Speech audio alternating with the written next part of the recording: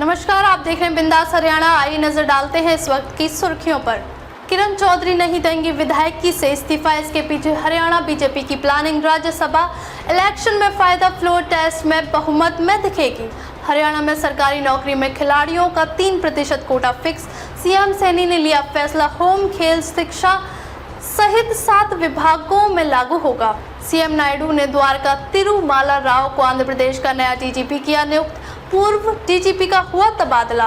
भारत में दलाई लामा से मिले अमेरिकी सांसद तो भड़का चीन। तिब्बती धर्म गुरु क्यों बने हुए हैं ड्रैगन की दुखती रंग। राफा में इजरायली सेना ने व्यापारी ट्रकों के फलस्तीनी सुरक्षा कर्मियों को बनाया निशाना, 10 की मौत, कई घायल।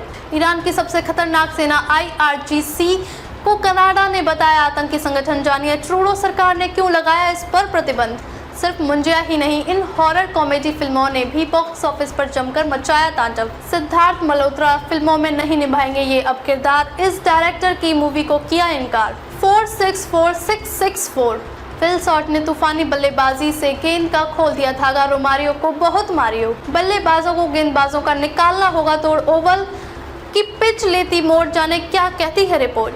अब खबर विस्तार से। कांग्रेस छोड़कर भाजपा ज्वाइन करने वाली हरियाणा की तोशाम विधानसभा सीट से विधायक किरण चौधरी विधायकी से इस्तीफा नहीं देंगी। यह हरियाणा बीजेपी की मेगा प्लानिंग का हिस्सा है। इस प्लानिंग के जरिए बीजेपी राज्यसभा सीट में फायदा लेगी। इसके साथ ही यदि मानसून सत्र के दौरान विश्वास मत हासिल करने के लिए फ्लोर टेस्ट भी कराया जाता है तो भी विधानसभा में भाजपा बहुमत में दिखेगी। अभी ऐसे कयास लगाए जा रहे हैं कि किरण चौधरी या श्रुति को भाजपा हरियाणा से हाल ही में खाली हुई एक राज्यसभा सीट के लिए आगामी कुछ दिनों में होने वाले उपचुनाव में उम्मीदवार बना सकती है। हालांकि इस बारे में कोई आधिकारिक घोषणा नहीं की गई है। किरण या श्रुति के अलावा भी पार्टी कोई अन्य उम्मीदवार बनाती है तो भी बीजेपी कांग्रेस के मुकाबले मजबूत स्थिति में रहेगी। कानूनी विश्लेषक और पंजाब हरियाणा हाईकोर्ट के वकील हेमंत कुमार ने बताया कि बीजेपी ने जानबूझकर सोची समझी रणनीति के कारण किरण से इस्तीफा नहीं दिलवाया है। अगले कुछ दिनों में हरियाणा से खाली हुई राज्यसभा सीट के उपचुनाव में मतदान की आवश्यकता होती है तो उस परिस्थिति में किरण सदन में कांग्रेस विधायक रहते हुए भी भाजपा उम्मीदवार के पक्ष में मतदान कर सकती हैं। इसकी वजह यह है कि राज्यसभा चुनाव में राजनीतिक पार्टियों द्वारा अपने विधायकों को वोटिंग के संबंध में निर्देश देने के लिए व्हिप नहीं जारी किया जा सकता। इसका फायदा बीजेपी राज्यसभा चुनाव की वोटिंग में उठाएगी। हरियाणा सरकार ने हरियाणा कर्मचारी चयन आयोग यानी HSSC द्वारा विज्ञप्ति ग्रुप C पदों के लिए किसी भी वर्ष में पात्र उत्कृष्ट खिलाड़ियों OSP और पात्र खिलाड़ियों यानी ESP को 3% का अलग कोटा देने का निर्णय लिया है। मुख्यमंत्री नायब सैनी के इस फैसले से खिलाड़ियों को बड़ी राहत मिलेगी। इसके लिए खेल एवं युवा मामले विभाग एक अलग कोटा बनाएगा तथा किसी भी वर्ष में HSSC द्वारा भर्ती किए गए कुल ग्रुप C पदों के 3% के बराबर OSP और ESP के लिए एक अलग भर्ती अभियान के लिए HSSC को मांग भेजेगा। इन विभागों में लागू होगा कोटा। हरियाणा मुख्य सचिव कार्यालय की ओर से जारी पत्र के अनुसार यह कोटा गृह, खेल, स्कूली शिक्षा, प्राथमिक शिक्षा, जेल, वन एवं वन्य जीव तथा ऊर्जा विभागों में लागू होगा। ऐसे पदों की संख्या HSSC द्वारा भर्ती किए जाने वाले ग्रुप C पदों का 3% होगी। ऐसे पदों का विज्ञापन केवल इन्हीं विभागों के लिए दिया जाएगा। इन पदों पर HSSC की ओर से अप्रैल में खिलाड़ियों के लिए श्रेणीवार पद घोषित करते हुए आवेदन मांगे थे।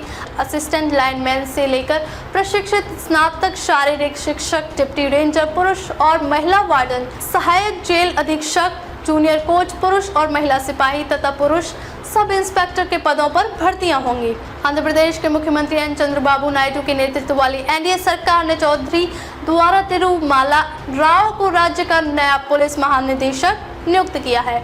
बता दें कि मुख्य सचिव नीरव कुमार प्रसाद ने बुधवार रात एक आदेश जारी कर 1989 बैच के IPS अधिकारी को DGP यानी समन्वय के पद पर स्थानांतरित कर दिया। जो वर्तमान में सार्वजनिक परिवहन विभाग के आयुक्त हैं। आंध्र प्रदेश के मुख्यमंत्री एन चंद्रबाबू नायडू के नेतृत्व वाली एनडीए सरकार ने चौधरी द्वारा तिरुमाला राव को राज्य का नया पुलिस महानिदेशक नियुक्त किया है। मुख्य सचिव नीरव कुमार प्रसाद ने बुधवार रात एक आदेश जारी कर 1989 बैच के आईपीएस अधिकारी को डीजीपी यानी समन्वय के पद पर स्थानांतरित कर दिया, जो वर्तमान में सार्वजनिक परिवहन विभाग के आयुक्त हैं, और उन्हें अगले आदेश तक डीजीपी यानी पुलिस बल के प्रमुख का पूर्ण अतिरिक्त प्रभार भी दिया गया है। एक अलग आदेश में कहा गया है कि मौजूदा डीजीपी हरीश कुमार गुप्ता का तबादला कर उन्हें प्रमुख सचिव यानी गृह के पद पर तैनात किया गया है। चुनाव आचार संहिता लागू होने के समय राजेंद्र नाथ रेड्डी की जगह गुप्ता को डीजीपी नियुक्त किया गया था। अमेरिका के सांसदों का 7 सदस्यीय प्रतिनिधि मंडल दलाई लामा से मुलाकात के लिए भारत में है। अमेरिका की प्रतिनिधि सभा ने इस माह एक विधेयक पारित किया है। विधेयक में कहा गया है कि चीन पर तिब्बत के नेताओं के साथ बातचीत करने के लिए दबाव डाला जाना चाहिए। दलाई लामा से अमेरिका के सांसदों की मुलाकात से चीन परेशान है। तिब्बत के आध्यात्मिक गुरु दलाई लामा से अमेरिकी प्रतिनिधिमंडल की मुलाकात पर चीन भड़क गया है। चीन ने अमेरिका से दलाई लामा के अलगाववादी एजेंडे को समझने और उनसे किसी तरह का संपर्क न रखने को कहा है। आइए जानते हैं दलाई लामा से अमेरिकी सांसदों की मुलाकात चीन, अमेरिका और भारत के संबंधों के लिहाज से अहम क्यों है। अमेरिका के सांसदों का 7 सदस्यीय प्रतिनिधिमंडल दलाई लामा से मुलाकात के लिए भारत में है। अमेरिका लंबे समय से इस बात पर जोर देता रहा है कि तिब्बत के लोगों को अपने धार्मिक और सांस्कृतिक रीति रिवाजों का पालन करने का अधिकार है। वह लंबे समय से इन अधिकारों का समर्थन करता रहा है। अमेरिका चीन पर तिब्बत में मानवाधिकारों के उल्लंघन का आरोप भी लगाता रहा है। इजराइल और गाजा के बीच बीते वर्ष से ही युद्ध जारी है। ये युद्ध थमने का नाम नहीं ले रहा है। इजरायली विमानों ने राफा के पूर्व में वाणिज्यिक सामानों की सुरक्षा कर रहे सुरक्षा कर्मियों के एक समूह को निशाना बनाया। इस दौरान कम से कम 10 फलस्तीनी सुरक्षा कर्मियों की हत्या कर दी गई। वहीं कई अन्य लोग घायल भी हुए हैं, जिनका इलाज जारी है। गाजा पट्टी के दक्षिण में राफा शहर में इजरायली सेना द्वारा व्यापारी ट्रकों के कम से कम 10 फलस्तीनी सुरक्षा कर्मियों की हत्या कर दी गई। इसकी जानकारी फलस्तीनी सुरक्षा और चिकित्सा सूत्रों ने दी। स्थानीय सूत्रों और प्रत्यक्षदर्शियों ने बुधवार को सिंहुआ को बताया कि इजरायली विमानों ने राफा के पूर्व में वाणिज्यिक सामानों की सुरक्षा कर रहे सुरक्षा कर्मियों के एक समूह को निशाना बनाया। इससे पहले बुधवार को गाजा स्थित स्वास्थ्य अधिकारियों ने कहा कि पिछले अक्टूबर से चल रहे संघर्ष में मरने वाले फलस्तीनियों की संख्या बढ़कर 37,396 हो गई है। कनाडा ने ईरान की सबसे खतरनाक army Islamic revolutionary guard corps को आतंकी संगठन करार दिया है।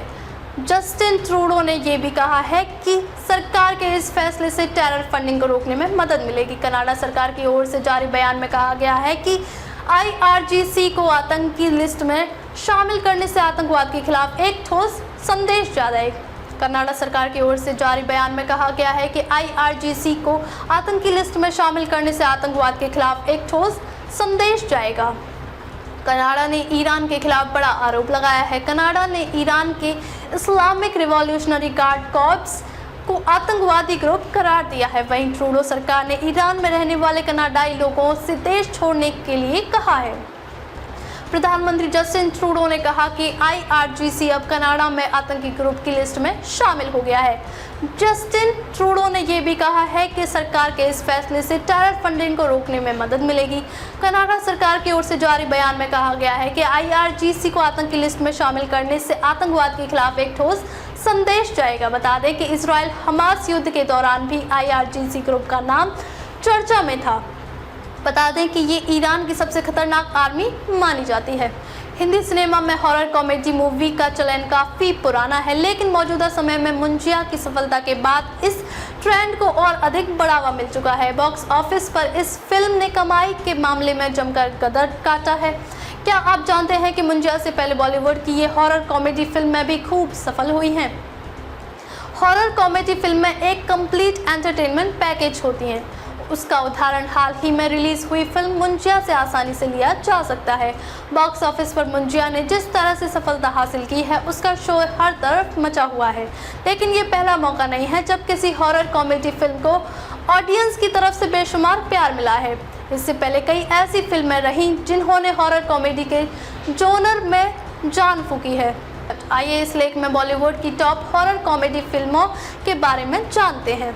निर्देशक प्रियदर्शन के डायरेक्शन में बनी फिल्म भूल भुलैया को साल 2007 में बड़े पर्दे पर रिलीज किया गया। इस फिल्म में अक्षय कुमार, विद्या बालन, अमीषा पटेल और शाइनी आहूजा जैसे कलाकार लीड रोल में मौजूद रहे। सिद्धार्थ मल्होत्रा बॉलीवुड के जाने माने अभिनेताओं में से एक हैं।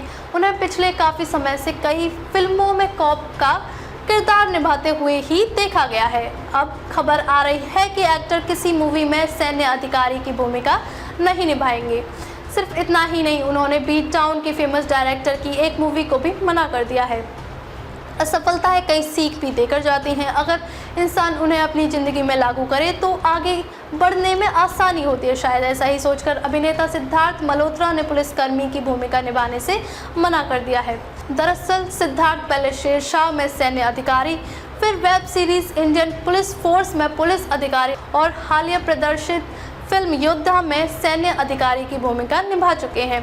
एक तरफ जहां एक ही तरह की भूमिकाएं निभाते हुए कलाकारों को टाइपकास्ट होने का जोखिम रहता है, वहीं योद्धा की असफलता ने सिद्धार्थ को झटका दिया। हाल ही में खबरें आई थीं कि वह फिल्म निर्देशिका मेघना गुलजार के साथ फिल्म करने जा रहे हैं, जिसमें उन्हें फिर से पुलिसकर्मी की भूमिका निभानी थी।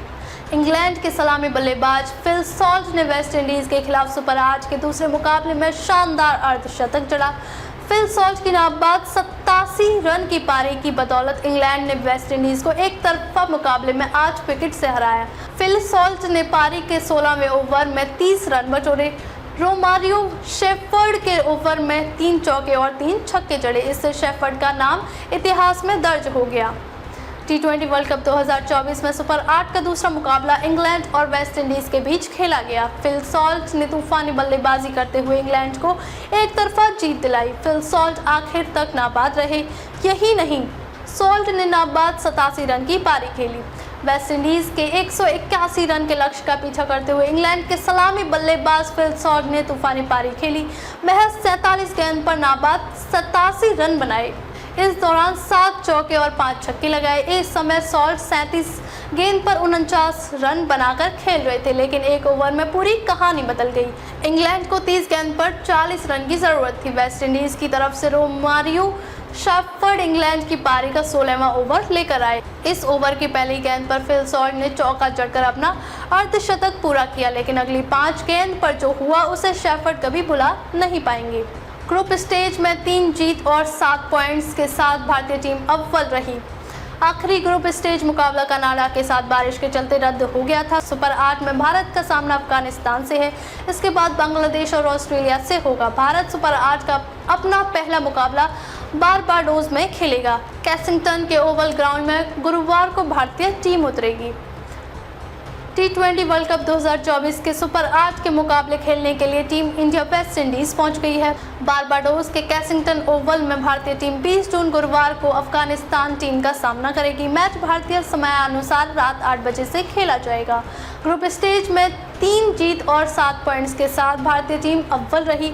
आखिरी ग्रुप स्टेज मुकाबला कनाडा के साथ बारिश के चलते रद्द हो गया था। दोनों टीमों को एक एक अंक दिया गया था। सुपर 8 के लिए भारतीय टीम ने अपनी कमर कस ली है। टीम ने बुधवार को नेट सेशन में भी हिस्सा लिया था। बारबाडोस के कैसिंगटन ओवल स्टेडियम की पिच पर गेंदबाज और बल्लेबाज के बीच कड़ी टक्कर देखने को मिलती है। इस मैदान की पिच से गेंदबाजों को उछाल मिलता है और साफ स्विंग भी होती है। इसके अलावा ये पिच स्पिनरों के लिए भी मददगार साबित रही है। वहीं पहली पारी में बल्लेबाजी करने वाले टीम को इस पिच पर फायदा मिलता है। ऐसे में टॉस अहम भूमिका निभाएगा। खबरों में अब तक के लिए बस इतना ही। फिर होगी आपसे मुलाकात कुछ ऐसी ही खबरों के साथ। तब तक के लिए नमस्कार और देखते रहिए बिंदास हरियाणा।